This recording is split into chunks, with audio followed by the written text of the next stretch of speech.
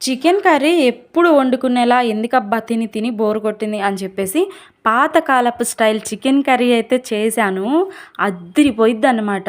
ఏం లేదు, చికెన్ ఫ్రెష్‌గా క్లీన్ చేసి పక్కన పెట్టి, టమాటాలు, పచ్చిమిర్చి, ఉల్లిపాయలు, ఉప్పు, కారం, పసుపు, తగినన్ని నీళ్లు వేసి బాగా చికెన్‌లో కలదిప్పి స్టవ్ మీద పెట్టేసి స్టవ్ వెలిగిచ్చేసి ఒక తెరిలిన తర్వాత ఒక్కసారి పొంగొచ్చినాక నూనె అయితే వేయాలనమాట. నూనె వేసే వీడియో మిస్ అయింది. అల్లం, కొబ్బెర, వెల్లుల్లి మసాలా అయితే వేశాను. కూర సగం ఉడికినాక కొత్తిమీర వేశాను. గుమగుమలాడే చికెన్ కర్రీ పాత స్టైల్ అయితే అద్దిరిపోయిందనుకోండి. చెక్క, లవంగా, ధనియాలైతే దోరగా వేయించి మిక్సీ పట్టాను. మిక్సీ పట్టి ఒక డబ్బాలో వేశాను. ఇంక ఏ నీసు కూరల్లోకైనా కానీ ఎక్సలెంట్‌గా ఉంటదనమాట సువాసన గానీ. ఇంక చికెన్ అంతా చేసేసి పక్కన పెట్టి ఇంక నేను మా వారైతే బయటకొచ్చాం కొద్దిగా పనుండి. నేను బయటకొచ్చేటప్పుడు ఇంట్లో ఏ పని స్టాక్ ఉంచుకోను. ఇంట్లో కంప్లీట్ మొత్తం పని చేసుకున్నాకే బయటకొస్తాను.